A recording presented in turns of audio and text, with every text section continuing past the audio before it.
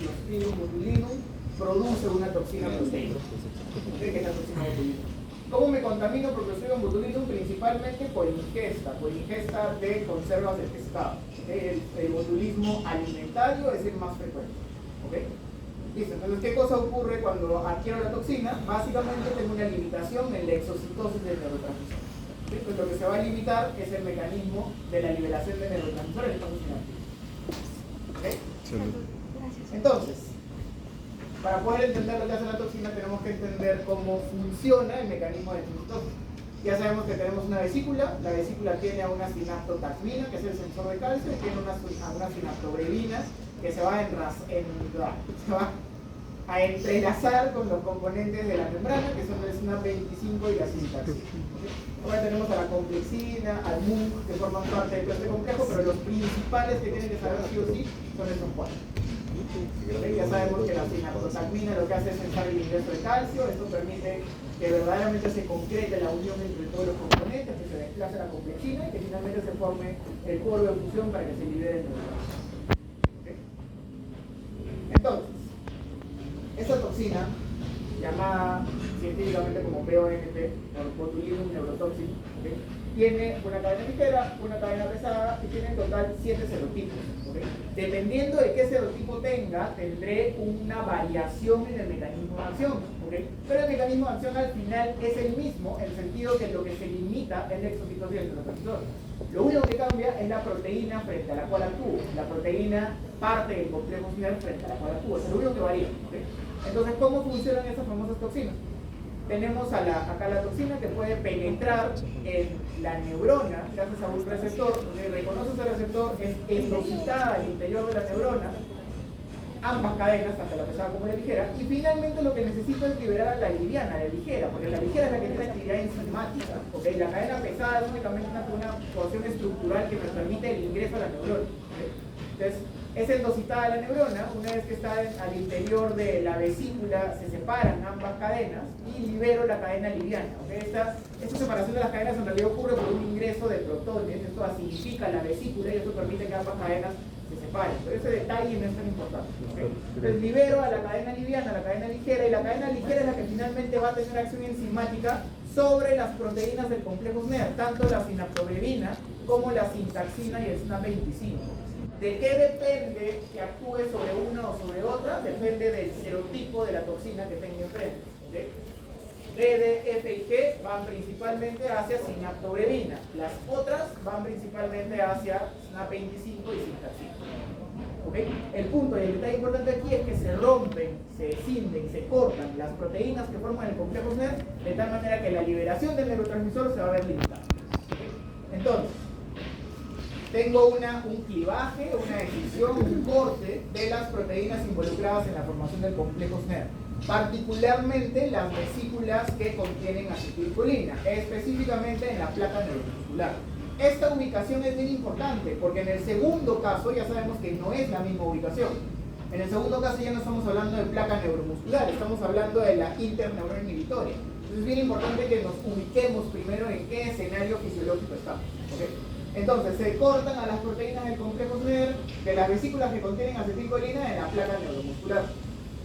Quien lo hace, ya sabemos, es la toxina. Y la toxina bioquímicamente es una proteasa, porque si lo que hace es cortar proteínas, entonces es una proteasa. Pero es una proteasa que depende de un metal, entonces es una metaloproteasa, específicamente dependiente de zinc.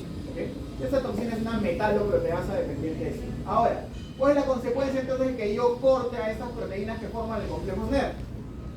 Si es que yo la rompo, entonces voy a disminuir la interacción entre la vesícula y la membrana. Consecuencia de esto, disminuye la liberación del neurotransmisor.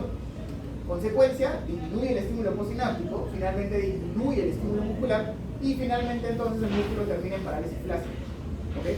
¿Qué cosa es importante del compromiso neurológico que desencadena esta toxina?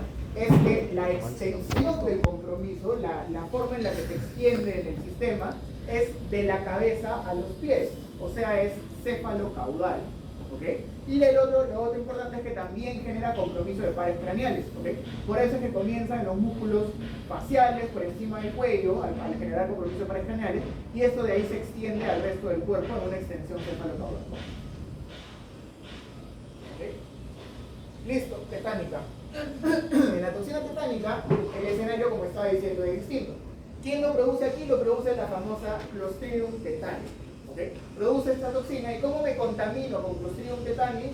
Principalmente por metales oxidados. ¿Okay? Esto quiere decir que me puedo contaminar por cortes, principalmente por heridas. ¿Okay? Heridas con metales oxidados. La historia clásica es un pata que está en la playa, pisa un clavo oxidado y se contamina con toxina tetani. ¿Okay? Entonces, aquí viene un gráfico que es importante primero que les haga un intro en la pizarra, así como la semana pasada.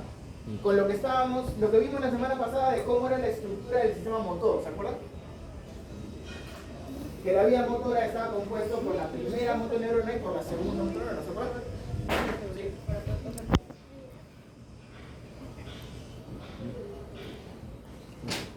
Entonces, la semana pasada vimos cómo tenemos el cerebro, el tronco encefálico, la médula espinal y el músculo. Ya habíamos dicho entonces que desde la corteza motora nacía el estímulo, viajaba por la primera motoneurona, hacía sinapsis con la segunda y la segunda llegaba hasta el músculo. ¿Cierto? Eso era lo que habíamos visto.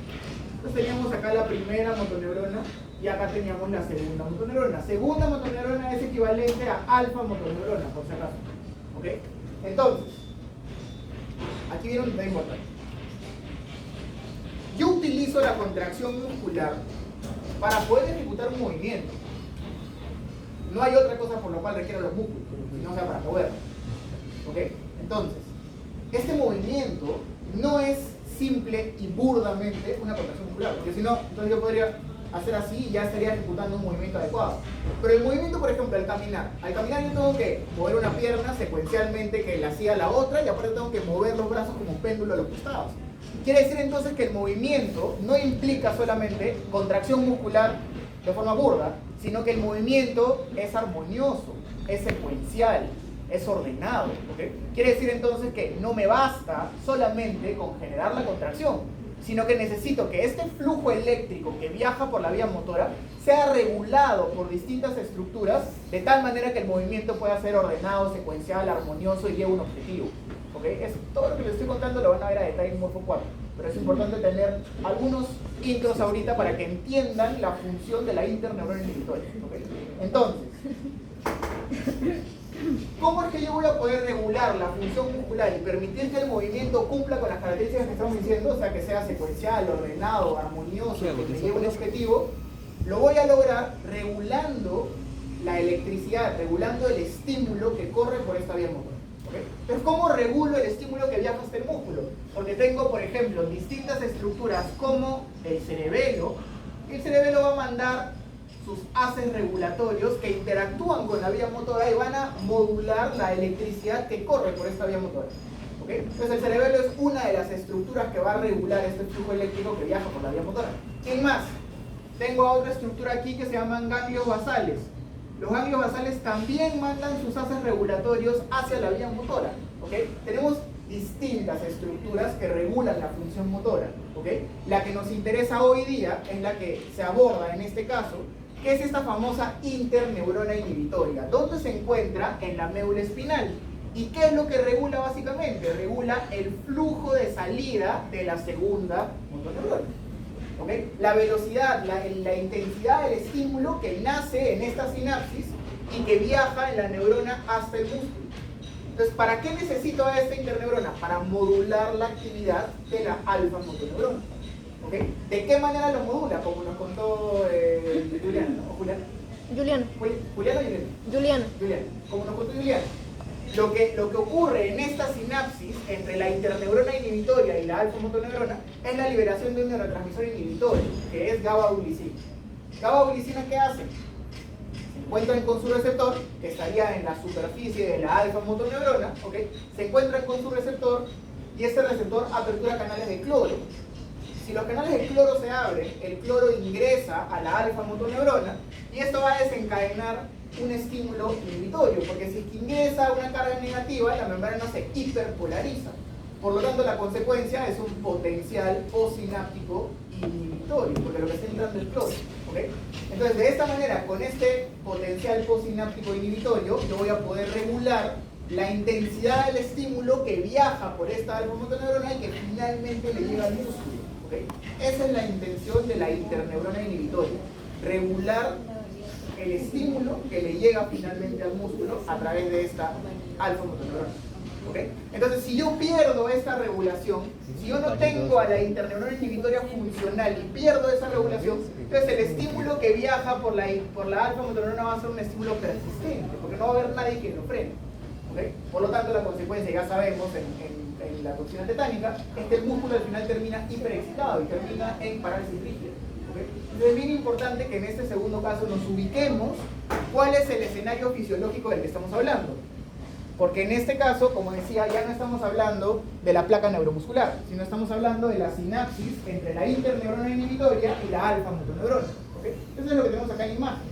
Tenemos a la alfa-motoneurona que nace de la médula espinal y llega a este músculo, y tenemos a una interneurona aquí a su costadito, interneurona, ¿okay? Que lo que hace es regular el flujo de salida del estímulo que llega a este músculo.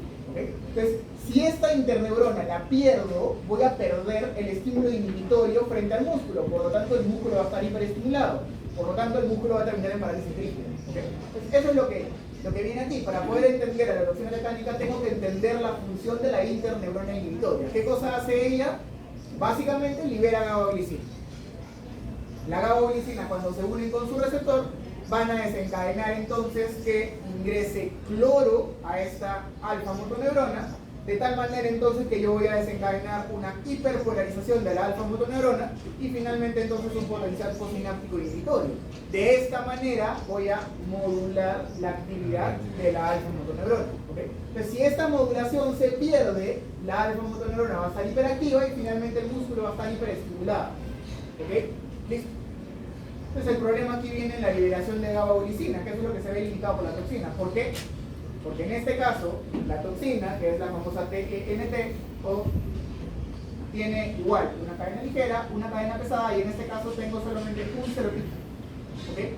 Esta igual, la cadena pesada, me permite penetrar en la neurona, y la cadena ligera es la que tiene finalmente el efecto enzimático. ¿Okay? Entonces, ¿qué cosa es lo que va a ocurrir? Nuevamente, voy a limitar la liberación de los neurotransmisores a partir de la interacción entre la vesícula y la membrana. ¿Por qué? Porque voy a destruir la interacción de las proteínas que forman el complejo nervio. ¿Okay? En este caso, puntualmente, en la sinapsis entre la interneurona inhibitoria y la alfa-motoneurona. ¿Okay? Si limito esta interacción, entonces ya no voy a poder liberar GABA o glicina. Finalmente, la alfa-motoneurona va a tener una actividad exagerada frente al músculo. Entonces, tengo un clivaje, una destrucción de las proteínas involucradas en la formación del complejo SNER, específicamente de las vesículas que contienen GABA-glicina, a nivel de la sinapsis entre la interneurona inhibitoria y la alfa-motoneurona. ¿Okay? Nuevamente, el contexto fisiológico en este caso, el escenario, es distinto al caso anterior. El caso anterior se centra en la placa neuromuscular, en esta unión. En cambio, en este caso nos estamos centrando en la sinapsis entre la interneurona inhibitoria y la alfa-motoneurona. ¿Ok? Listo. Entonces, en este caso igual es una metaloproteasa dependiente de zinc, la toxina. Y la consecuencia de todo esto entonces es, si yo corto las proteínas del complejo SNER de las vesículas que contienen el neurotransmisor inhibitorio, entonces voy a disminuir la interacción entre la vesícula y la membrana, por lo tanto disminuyo la liberación del neurotransmisor inhibitorio, disminuyo el estímulo inhibitorio sobre la alfa-motoneurona y por lo tanto entonces la alfa-motoneurona va a tener una actividad descontrolada. ¿Okay? Finalmente entonces el paciente termina en parálisis rígida, básicamente. ¿Ok? Listo. Este compromiso neurológico, igual que en el caso previo, tiene una extensión cefalocaudal. Comienza en la cara y se distribuye hacia el resto del cuerpo. Eso también le llamamos una parálisis descendente. ¿Ok? Entonces, si comienza por la cara y tengo un aumento del estímulo a nivel del macetero, entonces el paciente va a comenzar con lo que llamamos trismo, que es la contracción sostenida de los músculos de la masticación. ¿Okay? Si esta contracción progresa a los músculos de la mímica facial, el paciente va a tener una cara bien particular, que se llama risa sardónica. ¿Okay? Y finalmente, si continuamos con la extensión cefalocaudal del compromiso, comprometo los músculos del tórax, de la espalda, del abdomen, y finalmente el paciente termina en la famosa posición de opistótomo, ¿okay? Que es una posición curva gracias a la contracción sostenida y persistente de los músculos de la espalda. ¿Okay? Eso puede desencadenar incluso fracturas costales, fracturas de las vértebras, de lo intensa que es la contracción. ¿Okay? Okay. Listo, ahora tengo una pregunta importante. Según el gráfico que vimos hace un momento, imagínense que yo estoy caminando en la playa, piso un clavo y me contamino con la toxina. El clavo, la toxina estaría entrando por la planta del pie, que en este caso vendría a ser el músculo, los músculos de la planta del pie.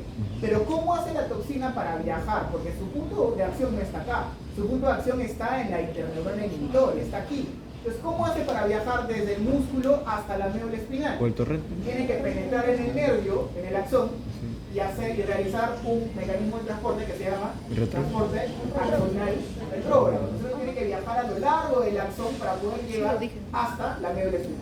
¿Okay? Entonces, yo me contamino por el pie, pero tengo que llegar hasta la médula. Por lo tanto, tengo que viajar a lo largo del axón en un transporte que se llama transporte axonal retrógrado. ¿Okay? Listo, hipertermia maligna. El escenario entonces ahora es el inicio de la contracción muscular. ¿Okay? ¿Qué cosa necesito para que la contracción muscular ocurra? Necesito que llegue el estímulo nervioso hasta el sarcolema. ¿Okay? Se libera la acetilcolina es reconocida por el receptor de acetilcolina, el receptor NM. Esto apertura canales de sodio, el sodio ingresa al interior de la célula muscular y la despolarización va a comenzar a correr a lo largo de la membrana muscular. Cuando comienza a correr a lo largo de la membrana, va a penetrar en los túbulos T, que son invaginaciones de esa membrana muscular, y cuando entra en el túbulo T se va a encontrar con la estructura, la primera estructura que nos importa, que es el famoso receptor dihidropiridínico, o receptor de dihidropiridina, que no es más que un canal de calcio voltaje dependiente, pero un tipo bien particular, el tipo L, ¿okay? También llamado CAF 1.1. ¿Okay? Entonces, una vez que la despolarización corre, llega al túbulo T, el receptor dihidropiridínico reconoce este cambio en el voltaje y se apertura, ya sabemos que es un canal de calcio. Entonces abre su compuerta y por un lado el calcio ingresa del exterior de la célula al interior del sarcoplasma. Ese es uno de los motivos por los cuales el calcio intracelular aumenta.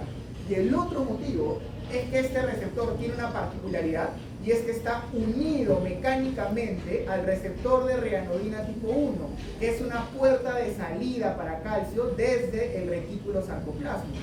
Entonces, el receptor dihidropiridínico reconoce el cambio de voltaje, abre su compuerta, ingresa calcio y a su vez apertura el receptor de reanodina tipo 1, porque lo jala mecánicamente, cambia su estructura y lo jala y lo abre.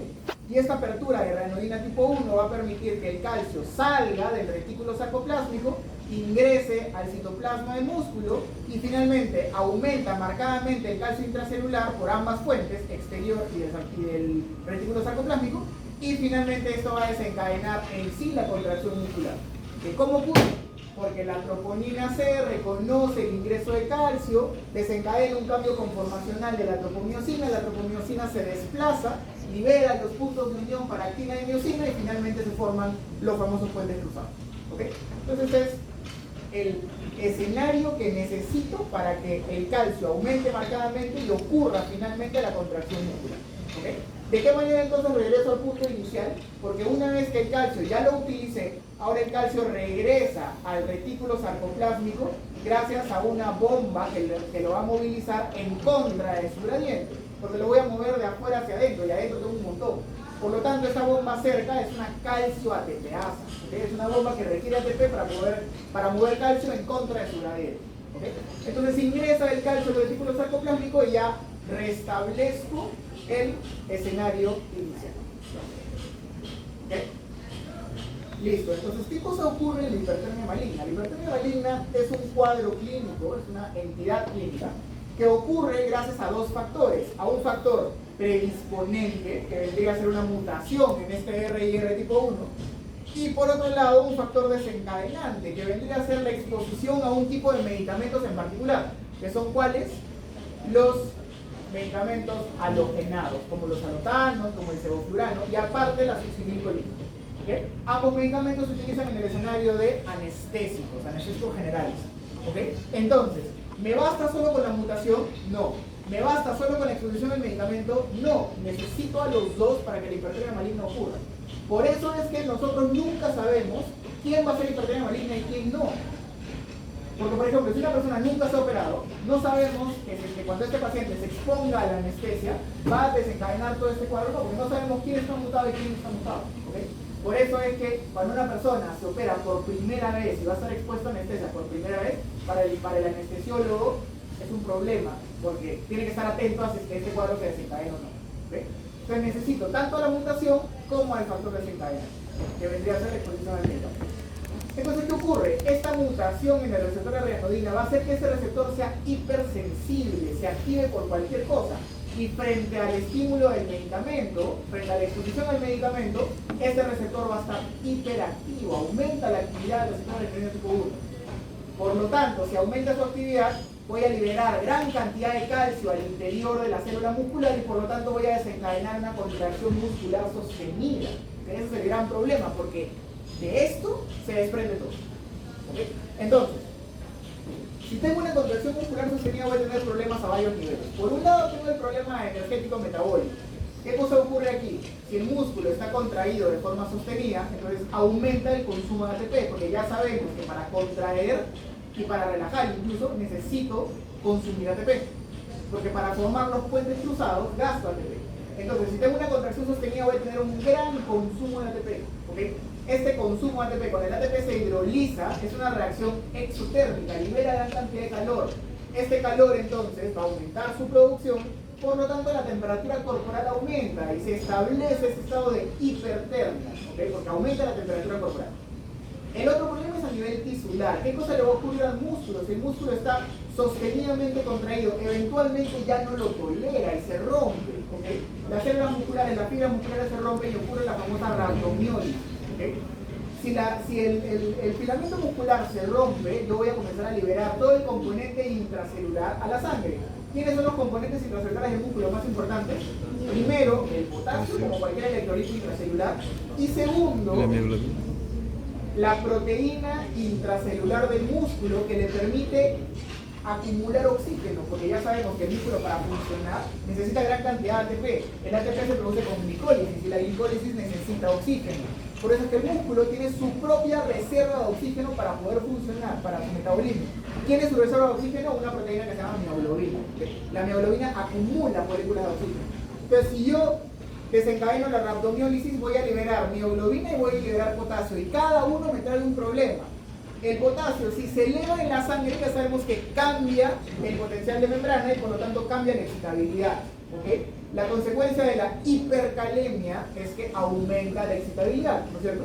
¿Quién es el que más sufre con esa hiperexcitabilidad? El corazón, el sistema eléctrico, el flujo eléctrico normal del corazón. ¿Okay? Por lo tanto, el corazón va a entrar en latidos irregulares, porque su sistema eléctrico se raya, ¿okay? Está hiperestimulable. Por eso este paciente entra en arritmias cardíacas. ¿Okay?